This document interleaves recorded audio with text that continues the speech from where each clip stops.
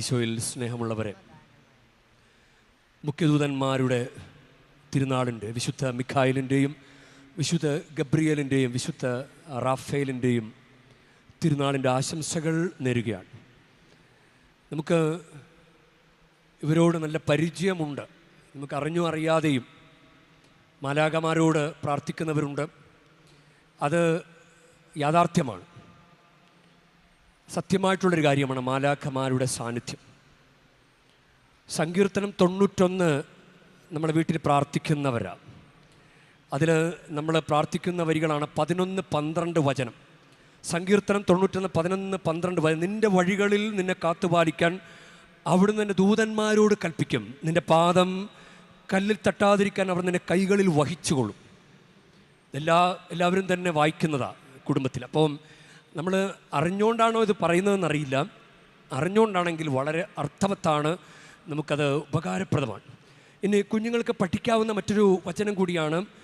ഭയമെന്ന് പറയുമ്പോൾ ഇവൾക്കല്ലെങ്കിൽ പ്രത്യേക ഭയമാണച്ചാ എന്ന് പറയുമ്പോൾ സാധാരണ പറഞ്ഞു കൊടുക്കുന്നൊരു വചനമാണ് സങ്കീർത്തനം 34:7.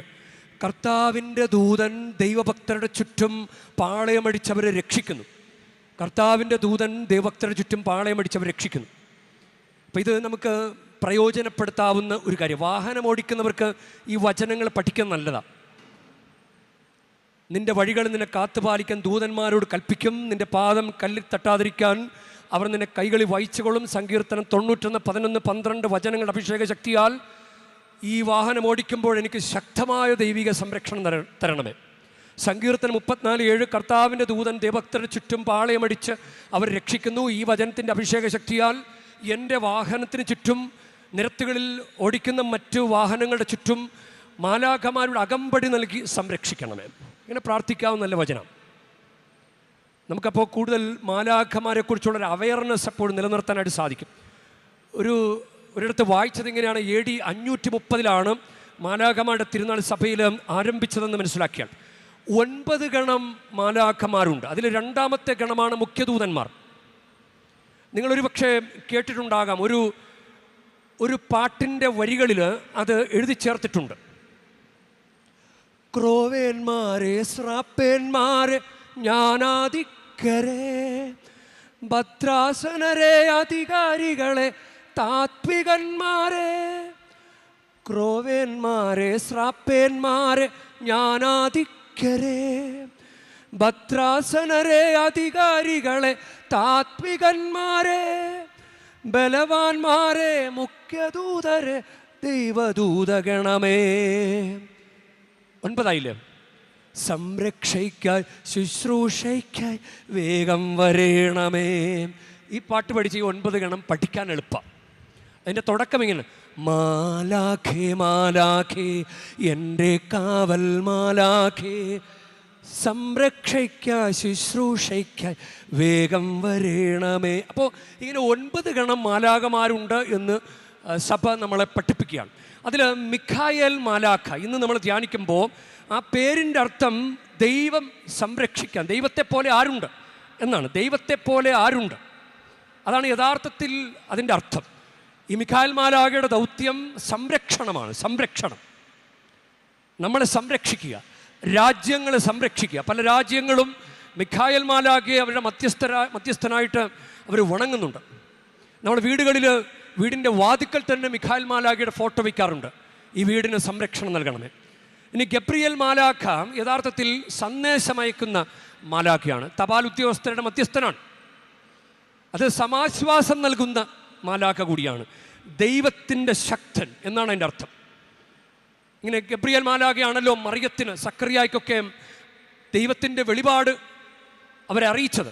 അപ്പോൾ മാതാവിനെ സംബന്ധിച്ചിടത്തോളം നമ്മൾ മംഗളവാർത്ത എന്ന് പറയുമ്പോഴും മാതാവിനെ സംബന്ധിച്ചിടത്തോളം അത് അത്ര മംഗളകരമായ വാർത്തയല്ല. അപ്പോൾ യഥാർത്ഥത്തിൽ ഗബ്രിയേൽ മാലാഖ വന്നത് ഈ ദൗത്യം ഏൽപ്പിക്കുമ്പോൾ അത് ഏറ്റെടുക്കാനായിട്ടുള്ള ഒരു ശക്തി, ഒരു ആശ്വാസം അതുകൂടി ഗബ്രിയേൽ മാലാഖ കൊടുക്കുന്നുണ്ട് എന്ന് മനസ്സിലാക്കിയാണ്. ഈ മാലാഖ ആയിരിക്കണം ഈശോ ഗെത്സമൻ തോട്ടത്തിൽ പ്രാർത്ഥിച്ചുകൊണ്ടിരിക്കുമ്പോൾ ലൂക്ക 22:43 ഒരു മാലാഖ ഈശോയുടെ അടുക്കൽ വന്ന്, ഒരു ദൂതൻ വന്ന് ഈശോയുടെ അടുക്കൽ വന്ന് സംരക്ഷണം നൽകിയായിട്ട് പ്രത്യേകം. അതായത് അതെങ്ങനെയാണ്, അപ്പോൾ അവനെ ശക്തിപ്പെടുത്താൻ സ്വർഗത്തിൽ നിന്നൊരു ദൂതൻ പ്രത്യക്ഷപ്പെട്ടു. അത് ഗബ്രിയേൽ മാലാഖയാണെന്നാണ് പറയപ്പെടുക. ഇനി നമ്മൾ റഫായേൽ മാലാഖ, അത് യഹോവ റാഫ സൗഖ്യദായകൻ, അങ്ങനെ ഒരു പാട്ടുണ്ട്. അപ്പോൾ റാഫ എന്ന് പറഞ്ഞ സൗഖ്യം നൽകുന്ന, റഫായേൽ സൗഖ്യം, സുഖപ്പെടുത്തുന്നത്, ദൈവം സൗഖ്യപ്പെടുത്തുന്നു എന്നാണ് അർത്ഥം. അപ്പോൾ ഇവരുടെ ദൗത്യം സംരക്ഷണം, സമാശ്വാസം, സൗഖ്യം, അതാണ്. ഇനി നമ്മൾ ഇന്നത്തെ വായന വെളിപാടിൻ്റെ പുസ്തകത്തിൽ നിന്നാണ് വായിച്ചു കേട്ടത്. യോഹന്നാനെ കൊണ്ട് വെളിപാട് എഴുതിച്ചത് മിഖായേൽ മാലാഖയാണെന്നാണ് പറയപ്പെടുക. വെളിപാടിൻ്റെ പുസ്തകം യോഹന്നാനെ കൊണ്ട് എഴുതിച്ചത്. ഇനി ലൂസിഫർ, അഹങ്കാരിയായ മാലാഖം, ലൂസിഫറിനെ അവിടെ നിന്ന് മാലാഖമാരുടെ ഗണത്തിൽ നിന്ന് പുറത്താക്കുന്ന കൂട്ടത്തിൽ മിഖായേൽ മാലാഖയ്ക്ക് അതിന് റോളുണ്ട് എന്നാണ് പറയുന്നത്. ഇനി ഗബ്രിയേൽ മാലാഖ നമ്മൾ ദാനിയേലിൻ്റെ പുസ്തകത്തിൽ വായിക്കുന്നുണ്ട്. അത് ഇന്നത്തെ വായന 2 ഓപ്ഷൻസാണ് ഉള്ളത്. മറ്റൊരു വായന ദാനിയേലിൻ്റെ പുസ്തകത്തിൽ നിന്നാണ്, ഇന്ന് വായിച്ചത് വെളിപാടിൻ്റെ പുസ്തകത്തിൽ നിന്നും. അപ്പോൾ സക്കറിയ അതുപോലെ തന്നെ മറിയം അവർക്കൊക്കെ സന്ദേശം നൽകുന്നത് നമുക്കറിയാമല്ലോ. ഇനി ഗെത്സമേൻ തോട്ടത്തിൽ പ്രാർത്ഥിച്ചത്. ഇനി റഫായേൽ മാലാഖയെ നമ്മൾ കാണുന്ന തോബീത്തിൻ്റെ പുസ്തകത്തിൽ കാണുന്നുണ്ട്. തോബീത്തിൻ്റെ പുസ്തകത്തിൽ. ഇനി ബേത്സദാ കുളം, അവിടെ രോഗികൾക്ക് സൗഖ്യം നൽകുന്ന കുളമാണ്. അത് വെള്ളമിളക്കുന്നത് റഫായേൽ മാലാഖയാണെന്ന് പറയുന്നുണ്ട്. അതൊരു പഠനമാണത്. ഇനി നമുക്ക് ബൈബിളിലൂടെ 1, 2, 3 കഥാപാത്രങ്ങളിലൂടെ പോയാൽ ഈ മാലാഖമാരുടെ സാന്നിധ്യം നമുക്കുണ്ട് എന്ന് നമുക്ക് മനസ്സിലാക്കാൻ പറ്റും. മാലാഖമാരുടെ സാന്നിധ്യം, ഞാൻ എൻ്റെ ഒരു ധ്യാന ചിന്തയാണ്. നമ്മുടെ ധൂർത്തപുത്രൻ സ്വത്തൊക്കെ വാങ്ങിച്ച് ദൂരെ പോയി ഇങ്ങനെ അവനെല്ലാം നശിപ്പിച്ചു. അപ്പോൾ ചിലപ്പോൾ അവൻ്റെ ജീവൻ നഷ്ടപ്പെട്ടു പോകാം. പലരും ഇങ്ങനെ മദ്യത്തിന്, മയക്കുമരുന്നിനൊക്കെ അടിപ്പെട്ട് പിന്നെ ഒരു വീണ്ടും വിചാരമില്ലാതെ അങ്ങനെ ആകാം. നമ്മുടെ തലച്ചോറിലെ 12 നെർവുകളുണ്ട്. ഇപ്പം ലഹരി വസ്തുക്കൾ ഉപയോഗിക്കുന്ന ആളുകളുടെ ഈ നെർവുകൾക്കാണ് പെട്ടെന്ന് അത് പടർന്നു പിടിക്കുക, അഫക്റ്റ് ആവും. അപ്പോൾ വീണ്ടും വിചാരം നഷ്ടപ്പെട്ടു പോവാം.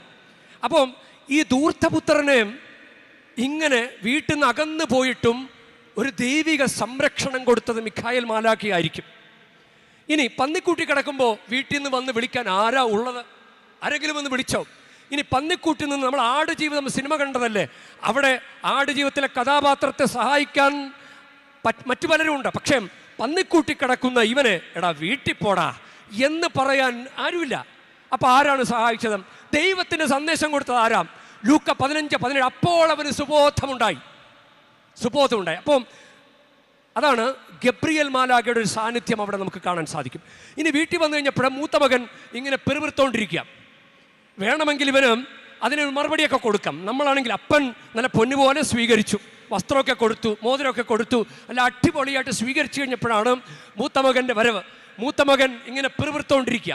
അപ്പോൾ ഇത് കേൾക്കുന്നവന് ഒന്നുകിൽ ഇറങ്ങിപ്പോകാം. കാരണം ഞാനിനി ഇവിടെ നിൽക്കുന്നില്ല, കാരണം ഞാൻ വന്നത് ചേട്ടന് പിടിച്ചിട്ടില്ല, ചേട്ടന് ഇഷ്ടപ്പെട്ടിട്ടില്ല, ഞാൻ ഇനി എന്തിനാണ് ഇവിടെ നിൽക്കുന്നത് എന്ന് പറഞ്ഞ് അവന് വേണമെങ്കിൽ തിരിച്ചു പോവാം.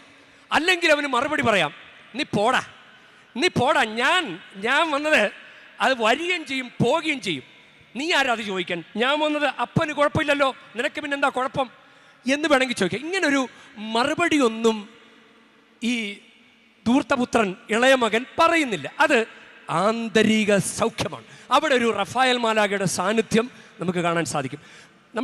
ഞാനിത് പറയുന്നത് നമ്മുടെ അനുദിന ജീവിതത്തിൽ ഈ 3 മാലാഖമാരുടെയും സാന്നിധ്യം നമുക്ക് അനുഭവിക്കാൻ സാധിക്കും. നമുക്കത് അവരെ ക്ഷണിച്ച് വരുത്താൻ സാധിക്കും. അവരുടെ സഹായം നമുക്ക് എന്തോരം തെറ്റാ പറ്റുന്നത്. ചില ആളുകൾ ചില മനുഷ്യരോട് പോയി ചോദിക്കുന്നുണ്ട് ഭാവി കാര്യങ്ങൾ. പ്രത്യേകിച്ച് കരിസ്മാറ്റിക് ധ്യാന ശുശ്രൂഷയുടെ ഒക്കെ ഭാഗമായി ഇങ്ങനെ കൗൺസിലർമാരൊക്കെ ഇറങ്ങിയിട്ടുണ്ടല്ലോ, അവരോട് പോയി ചോദിക്കും. എനിക്ക് തോന്നുന്നത് ദൈവം മനുഷ്യർക്ക് വെളിപ്പെടുത്തി കൊടുക്കുകയല്ല. സുഭാഷിതങ്ങളുടെ പുസ്തകം 25-ാം വാക്യം, നിഗൂഢത ദൈവത്തിൻ്റെ മഹത്വമാണ്, ഒന്നും പറഞ്ഞു തരികയില്ല. ചെങ്കടലിന് മുമ്പിൽ നിൽക്കുമ്പോഴും അവർക്കറിയില്ല ഇതെന്താ ചെയ്യാൻ പോകുന്നത്, ദൈവം പറഞ്ഞു തരില്ല. അവസാന നിമിഷം വരെ ദൈവം എന്താ ചെയ്യാൻ പോകുന്നത് പറഞ്ഞു തരില്ല. അതാണ് ദൈവം. ഇത് ഓരോരുത്തരും ജീവിതത്തിൽ നമുക്ക് അനുഭവിക്കാൻ പറ്റുന്നൊരു കാര്യമാണ്. ദൈവം മുന്നേ കൂട്ടി പറഞ്ഞു തരില്ല. അപ്പോൾ ദൈവം പോലും, അത് റോമാക്കാർക്ക് എഴുതിയ ലേഖനം 11-33 വാക്യത്തിൽ ദൈവത്തിൻ്റെ അറിവിൻ്റെയും ജ്ഞാനത്തിൻ്റെയും ആഴം എന്ന് പറയുന്ന, അത് ആർക്ക് ഗ്രഹിക്കാൻ പറ്റും? ദുർജ്ഞേയം എന്ന് പറയുന്നൊരു വചനമുണ്ട്. അപ്പോൾ നമുക്ക് ഗ്രഹിക്കാൻ പറ്റും. അപ്പോൾ പിന്നെ എങ്ങനെ ഒരു മനുഷ്യൻ നമ്മളോട് നമ്മുടെ ഭാവി കാര്യങ്ങൾ പറയുന്നത്? ദൈവത്തിന് മാത്രമേ നമ്മളെക്കുറിച്ച് അറിവുള്ളൂ. എങ്ങനെ ഒരു മനുഷ്യന് വെളിപ്പെടുത്തി കൊടുക്കും? അപ്പോൾ മനുഷ്യരൊക്കെ ദൈവങ്ങളായി മാറില്ലേ? അത് നടക്കില്ല. അപ്പോൾ അങ്ങനെ ഒരാളെ, കെണിയിൽപ്പെട്ട ഒരാളെ ഞാൻ ഇന്ന് കണ്ടുമുട്ടാനിടയായി. അയാൾ ഇങ്ങനെ കൗൺസിലർമാർ പറഞ്ഞ കണക്ക് ഒരു വിവാഹ കാര്യത്തിലേക്ക് പ്രവേശിച്ചു. ഇത് നടന്നില്ലെങ്കിൽ പിന്നെ വിവാഹമില്ല എന്ന് പറഞ്ഞ് ആകെ പെട്ട് കെണി കിടക്കുക. അതാണ് അങ്ങനെ. അപ്പോൾ അതാണ്, മനുഷ്യർക്ക് ഇത് വെളിപ്പെടുത്താൻ പറ്റില്ല. അത് ഈ മാലാഖമാരെ ദൈവം നമുക്ക് തന്നിരിക്കുക. മാലാഖമാരോട് ചോദിക്കുക, എന്തെങ്കിലും ചോദിച്ചിട്ടുണ്ടോ? മാലാഖേ, എനിക്കൊന്നൊരു കാര്യമുണ്ട്, എനിക്കൊന്ന് വഴി പറഞ്ഞതാ എന്ന് ചോദിച്ചിട്ടുണ്ടോ? ചോദിക്കണം. ഇനി നമ്മൾ സഖ്യവൂസിൻ്റെ കഥ എടുക്കുമ്പോഴും സഖ്യവൂസിന് ഞാനിങ്ങനെ വിചാരിക്കുകയാണ്, കുറച്ചൊരു 19 വയസ്സുള്ള ഒരാളാണ് സഖ്യവൂസെങ്കിൽ, സഖ്യവൂസം മരത്തിൽ കയറുമ്പോൾ അവിടെ നിന്ന് ഉരുണ്ട് താഴെ വീഴാമല്ലോ. എന്തുകൊണ്ട് താഴെ വീണില്ല? അത് ദൈവത്തിൻ്റെ സംരക്ഷണമല്ലേ? ആ ദൈവത്തിൻ്റെ സംരക്ഷണ. ഇനി മുൻപേ ഓടി ആ വഴി കൂടെയാണ് കർത്താവ് വരുന്നതെന്ന് അറിഞ്ഞിട്ട് മരത്തിൽ പിടച്ചു കയറി. അപ്പൊ കർത്താവ് കൃത്യം മരത്തിന് താഴെ വന്നിട്ട് നോക്കി, സഖ്യവൂസേ ഇറങ്ങി വരൂ. ഈ ദൈവഹിതം ആരായിരിക്കും വെളിപ്പെടുത്തി കൊടുത്തത്? അത് ഗബ്രിയേൽ മാലാഖ ആയിരിക്കല്ലേ. ഇനി സ്വത്തിൽ എല്ലാം പകുതി എല്ലാവർക്കും ദരിദ്രർക്ക് വിറ്റു കൊടുക്കുകയാണെന്ന് പറയുന്ന അത്രയും ആന്തരിക സൗഖ്യം കിട്ടാൻ അത് റഫായേൽ മാലാഖയല്ലേ. ഇനി ബർത്തമീസിൻ്റെ കഥ എടുക്കുകയാണെങ്കിൽ, ബർത്തമീസ് അന്ധനാണല്ലോ, കാണാനൊന്നും പറ്റുന്നില്ല. അപ്പം അയാൾക്ക് ഒരു ബോധമുണ്ടായി, ഈശോ പോകുന്നെന്ന് അറിഞ്ഞു.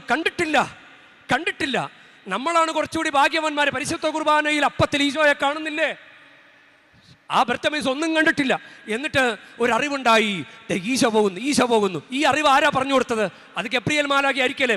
മറ്റവർ ശകാരിച്ച് മിണ്ടാതിരിക്ക് എന്ന് പറഞ്ഞ് ശകാരിക്കുമ്പോൾ വല്ല കുരുത്തക്കേട് സംഭവിക്കാം അവിടെ. പക്ഷെ അപ്പം സംരക്ഷിച്ചത് ആരായിരിക്കും? അത് മിഖായേൽ മാലാഖ ആയിരിക്കും.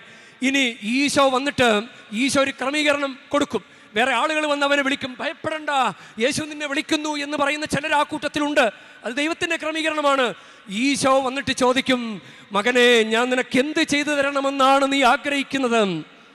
എനിക്ക് കാഴ്ച കിട്ടണം കർത്താവേ. കാഴ്ച കിട്ടിയില്ലേ? അപ്പം റഫായേൽ മാലാഖയുടെ സാന്നിധ്യം അതാണ് നമ്മുടെ ജീവിതത്തിൽ, അനുദിന ജീവിതത്തിൽ നമുക്ക് അങ്ങനെ കൊണ്ടുവരാനായിട്ട് നമുക്ക് സാധിക്കും. ഇവരുടെ സാന്നിധ്യം നമ്മുടെ കൂടെ ഉണ്ടാകട്ടെ. നമുക്ക് പ്രയോജനപ്പെടുത്താം, മാലാഖയെ ഉപയോഗപ്പെടുത്താം. ഞാനിങ്ങനെ റഫായേൽ മാലാഖയോട് കുറിച്ചുള്ള ഒരു ചിന്ത ഇപ്രകാരമാണ്.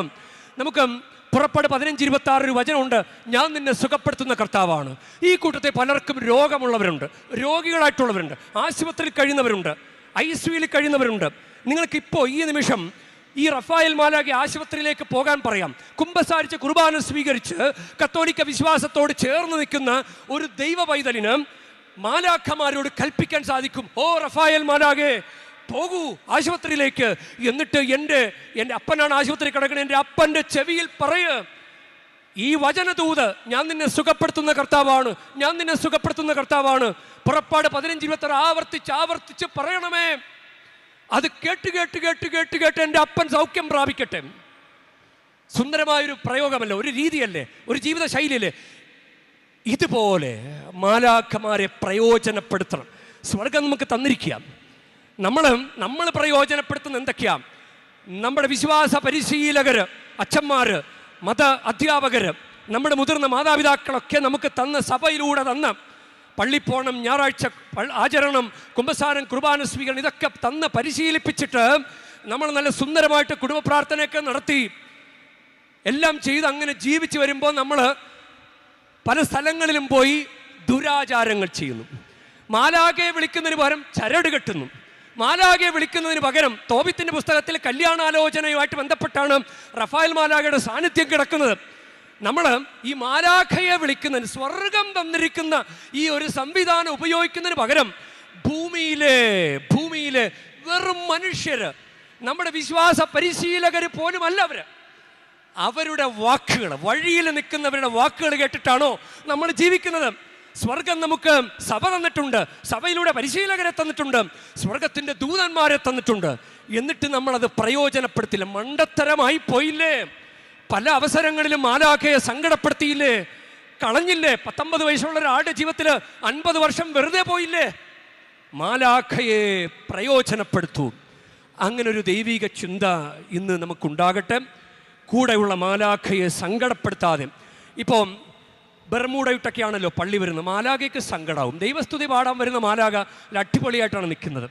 ബർമൂടയിട്ട് പള്ളി വരിക, ബർമൂടയിട്ടും സ്കാഫ് ധരിക്കാതെ കുമ്പസാരത്തിന് വരിക. പാട്ടുപാടാൻ വരുന്ന കുട്ടികൾക്ക് പോലും സ്കാഫില്ല. പാട്ടുപാടാനും വായന വായിക്കാൻ വന്ന സഹോദരനെ കണ്ടില്ലേ? ഒരു പ്രത്യേക വസ്ത്രമൊക്കെ ധരിച്ചല്ലേ വന്ന് വായിച്ചത്. അപ്പം പാട്ടുപാടാൻ നിൽക്കുന്ന കുട്ടികൾക്ക് പോലും തലയിലൊരു സ്കാഫ് പോലും ഇല്ല. കൂടെയുള്ള മാലാഖയ്ക്ക് ഭയങ്കര സങ്കടമാകിയല്ലേ? ഇങ്ങനെയാണോ ദൈവ ശുശ്രൂഷ ചെയ്യുന്നത്? ഇത്രയുള്ള പ്രാധാന്യം. ആ കുരിശിൻ്റെ ചുവട്ടിൽ നിന്ന പരിശുദ്ധ മറിയം, ഞാൻ ഒരിക്കൽ പോലും പരിശുദ്ധ മറിയത്തെ സ്വർഗാരോപണം ചെയ്യുന്ന മാതാവിനല്ലാതെ, മുടിയഴിച്ചിട്ടിരിക്കുന്ന മാതാവ് അല്ലാതെ, മാതാവ് വസ്ത്രങ്ങൾ അണിയാതെ തല പോലും മറക്കാത്തൊരു മാതാവിൻ്റെ രൂപത്തെ ഞാൻ കണ്ടിട്ടില്ല. ഒരു ദൈവ കാര്യത്തെ പരിശുദ്ധ മറിയം പൊന്നുപോലെ, നിധി പോലെ സ്വീകരിക്കുന്നത് കണ്ടോ? നമ്മൾ ഈ ദൈവിക കാര്യങ്ങളിലെല്ലാം ദൈവത്തിൻ്റെ അരൂപിയെ ചേർത്ത് വെക്കുന്നതിന് പകരം ലോകത്തിൻ്റെ അരൂപി കയറ്റിവെച്ചു. സെക്കുലറൈസേഷൻ. അതുകൊണ്ടെന്താ നമുക്ക് മിശ്രവിവാഹമൊന്നും ഒരു പ്രശ്നമല്ല, നമുക്കൊന്നും പ്രശ്നമല്ല. ലോകത്തിൻ്റെ അരൂപി കയറ്റിവെക്കാൻ ദൈവിക സംവിധാനങ്ങളെ പ്രയോജനപ്പെടുത്തും. സഭയിലെ സംവിധാനങ്ങളെ പ്രയോജനപ്പെടുത്തും. സ്വർഗത്തിൻ്റെ സംവിധാനങ്ങളെ പ്രയോജനപ്പെടുത്തും. ദൈവം നിങ്ങളെ ഒത്തിരി അനുഗ്രഹിക്കട്ടെ. പരിശുദ്ധമ്മയുടെ പ്രത്യേക മാധ്യസ്ഥ്യം നമുക്കുണ്ടാകട്ടെ. ആമേൻ.